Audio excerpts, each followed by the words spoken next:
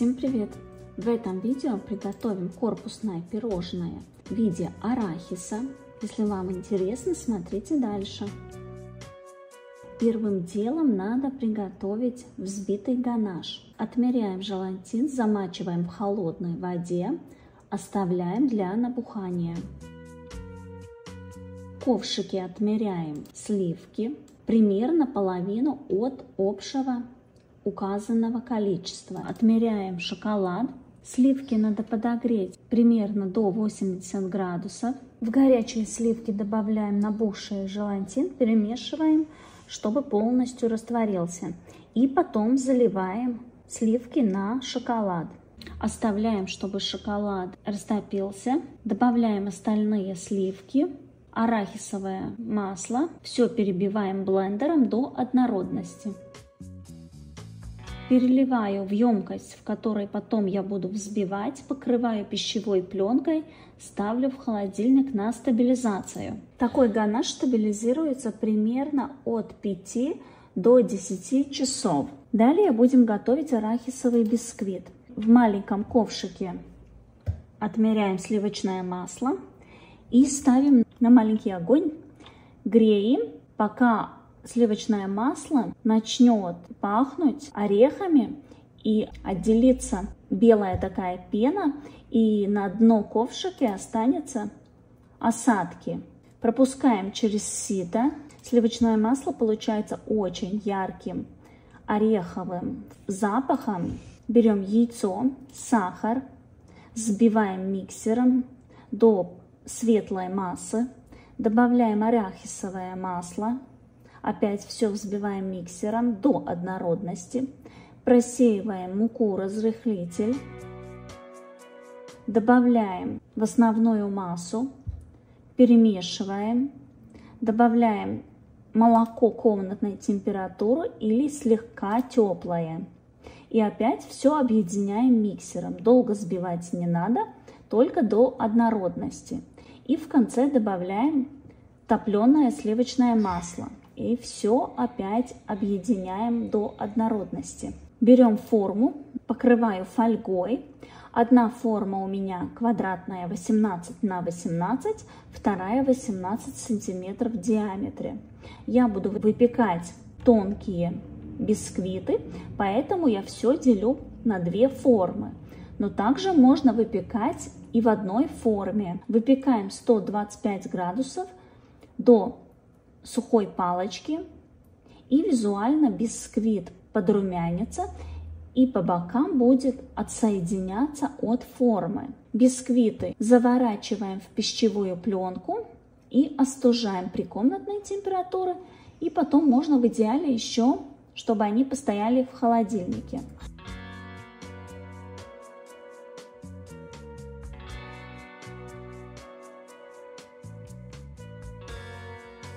Пока бисквит стабилизируется, остывает, будем готовить карамель.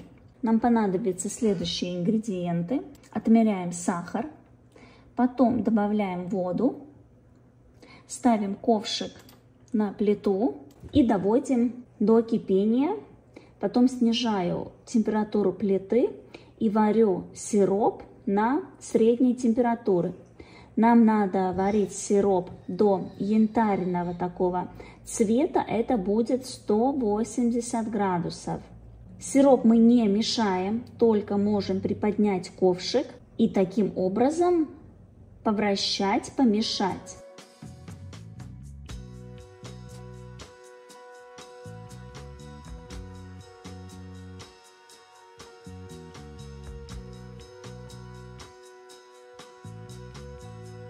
Когда сироп достиг нужной температуры, сахар полностью растворился, вводим горячие сливки.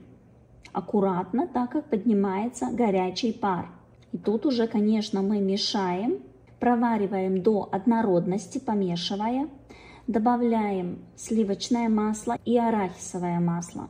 Если вы хотите, чтобы карамель из пирожного вытекала, то не добавляем арахисовое масло и добавляем совсем немного сливочного масла, только для вкуса, но чтобы не была карамель густая. Я приготовила вариант, который не вытекает из пирожного.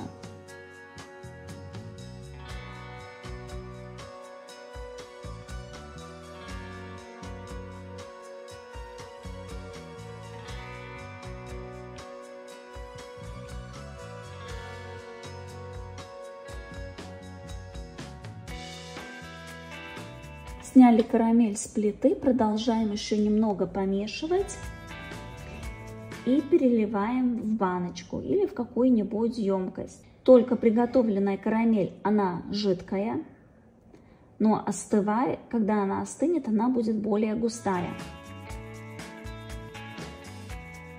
Далее будем готовить заварной крем. Нам понадобятся следующие ингредиенты.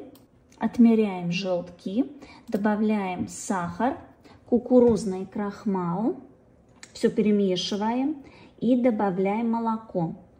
Молоко мы можем добавлять ореховое или обычное. Я использую миндальное молоко.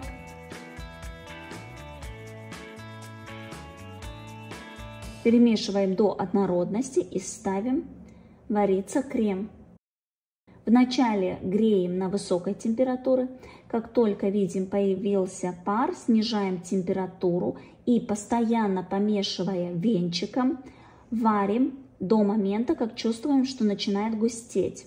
Как только крем начинает густеть, я приподнимаю ковшик с плиты и продолжаю мешать, так как крем уже довольно горячий, кукурузный крахмал начал действовать. И чтобы не пригорело ко дну, я всегда приподнимаю с плиты.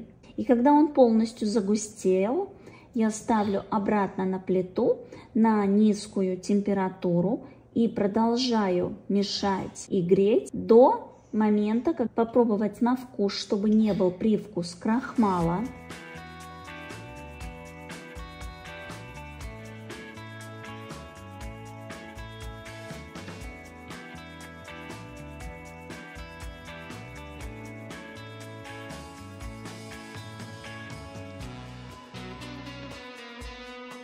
Перекладываю крем в другую емкость, тарелочку, добавляю арахисовое масло и перемешиваю до однородности.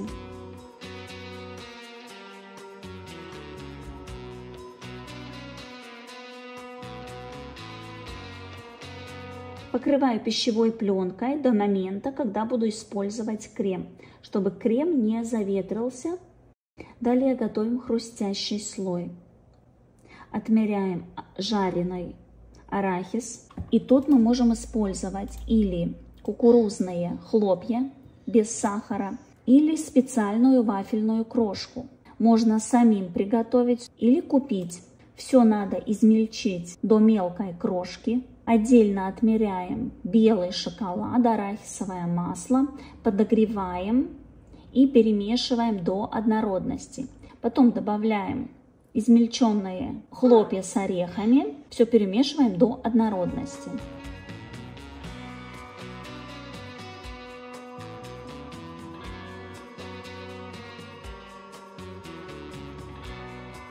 Для пирожного арахис я буду использовать вот такую форму яйца. Нам подойдет любая форма, которая примерно овальной формы. Конечно, из круглой мы тоже можем постараться что-то сделать. Распределяю тонким слоем хрустящую начинку.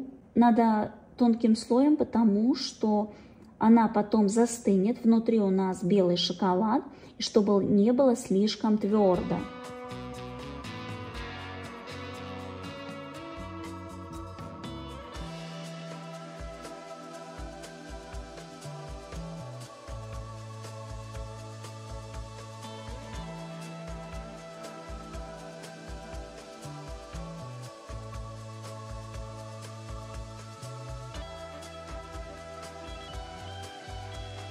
Далее будем наносить карамель. Карамель постояла в холодильнике и стала вот такая густая. Поэтому, если вы хотите, чтобы карамель вытекала из пирожного при разрезе, тогда туда не добавляйте арахисовое масло. Сливочное масло совсем немного, или вообще не добавляйте, будет у вас такой карамельный соус внутри, который будет красиво вытекать. Бисквит тоже остыл.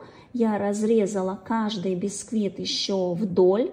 Получились 2 коржа тонкие.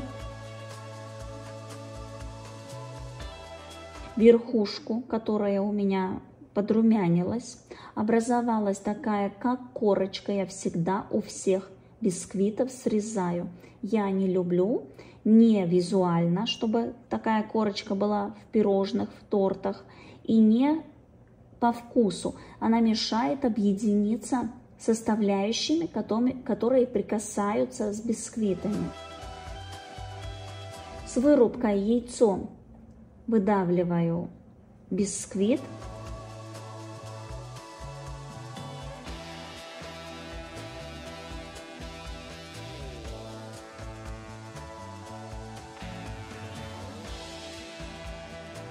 На хрустящий слой, который уже немного охладился, распределяю карамель.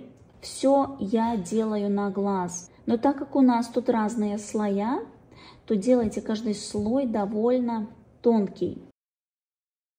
Далее идет заварной крем. Нам не надо наполнить всю вот эту форму яйца с этими компонентами, так как у нас еще будет взбитый ганаш.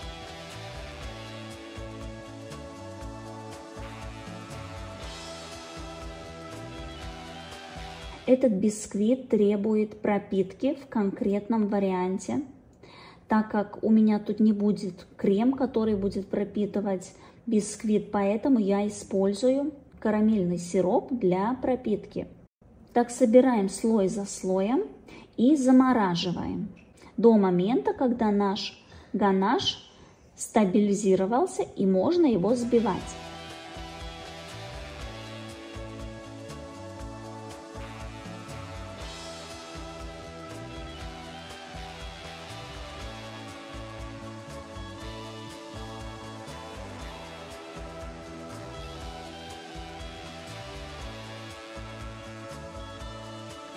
Вот такой нежный, желейный ганаш перед тем, как взбивать. Когда ганаш уже взбитый, он стал такой нежный, воздушный. Он более нежный, чем ганаш для макарон, чем ганаш для разных капкейков, для тортов. Он такой очень нежный, почти можно сказать, что он жидковатый. Достаем замороженные заготовки и в этой же самой форме будем собирать дальше пирожные.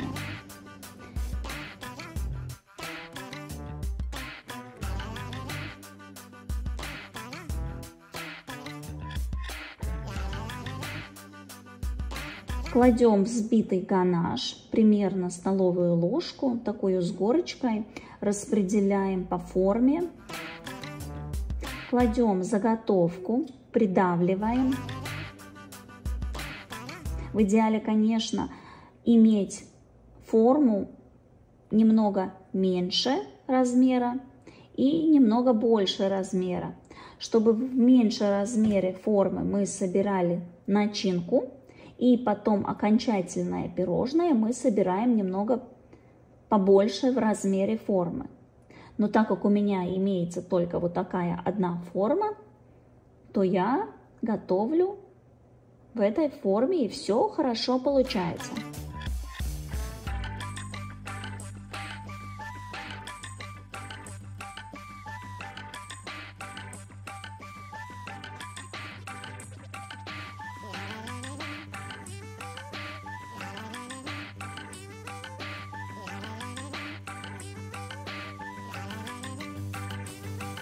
И потом сверху мы тоже как бы наращиваем, добавляем взбитый ганаш.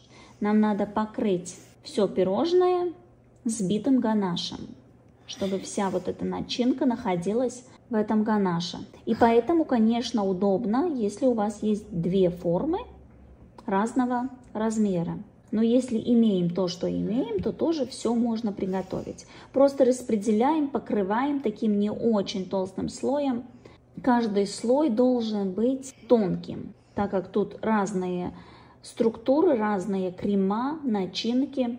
Нам не надо распределять ганаш очень аккуратным, таким ровным слоем. Если посмотреть, как выглядит орех арахис, то он такой с разными углублениями, неровностями. Поэтому тут не надо заморачиваться, просто промазываем. И потом ставим опять в морозилку полностью, чтобы заморозилось в камень. На это уходит примерно 5 часов, смотря какая у вас морозилка.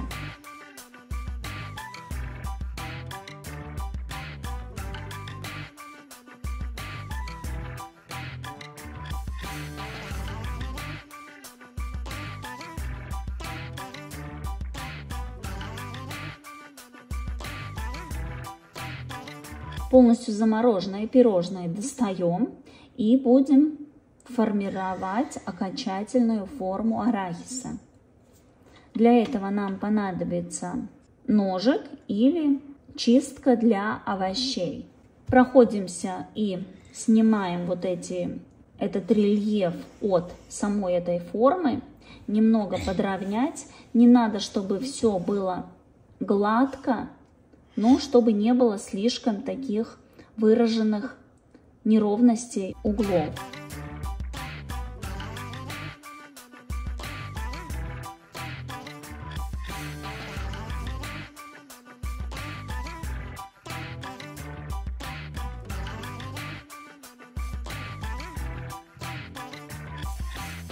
Посередине тоже делаем такое углубление, как у ореха. Подготавливаем так все пирожные и кладем обратно в морозилку. Подмораживаем примерно 2 часа и подготавливаем глазурь.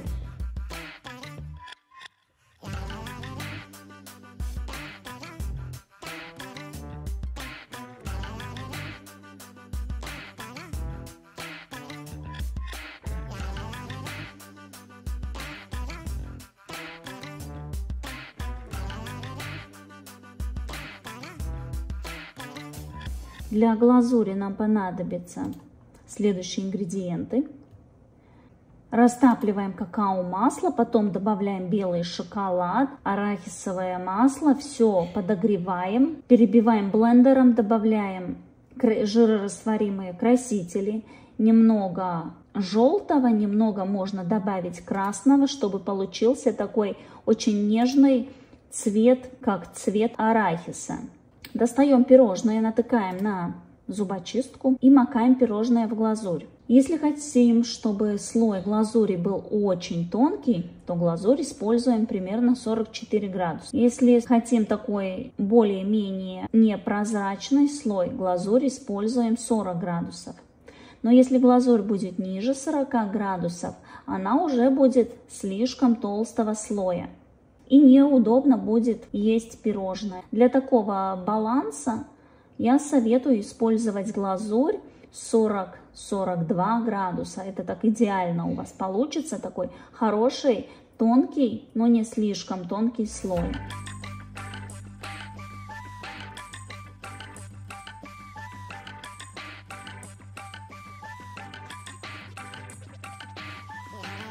Сразу же прокручиваем палочку и снимаем с пирожного. И потом сглаживаем это место, где у нас была палочка.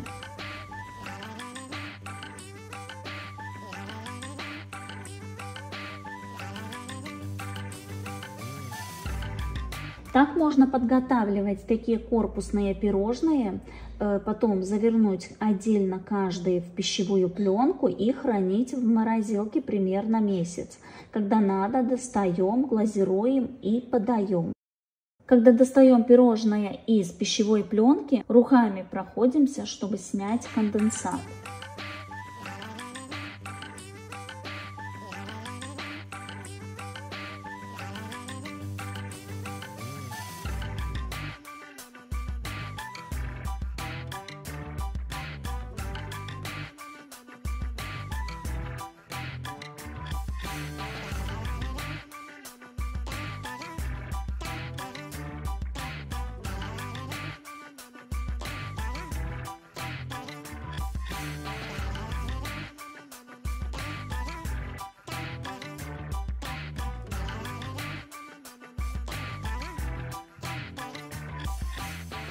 Потом в идеале, чтобы пирожное немного постояло в холодильнике и немного разморозилось. И тогда можно обволакивать каждое пирожное в сахарной пудре и немного тонировать какао-порошком. Если это делать сразу на замороженное пирожное, то пирожное будет давать конденсат, просто сахарная пудра будет таять. Поэтому идеально пирожное разморозить и только потом покрывать пудрой и какао.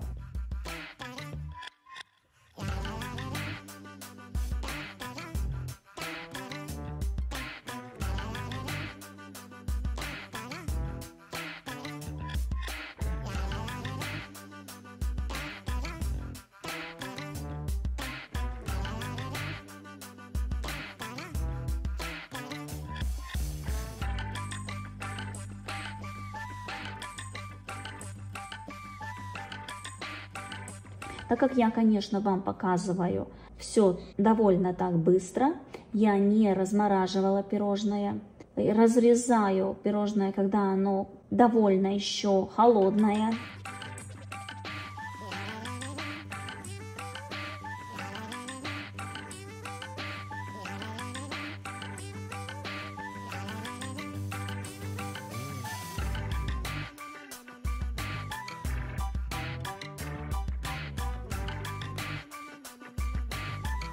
Тут вы видите такое пирожное, когда оно постояло при комнатной температуре, когда заварной крем жидкий. Это такое пирожное, которое вы даже не ожидаете, что вкус в итоге получается вот такой. Это трудно описать, это просто надо брать, готовить, пробовать и убедиться. Спасибо всем за просмотр. Если вам понравился видео, ставьте лайк, подписывайтесь, комментируйте. Жмите на колокольчик, чтобы не пропустить новые видео, рецепты, эксперименты. Всем пока!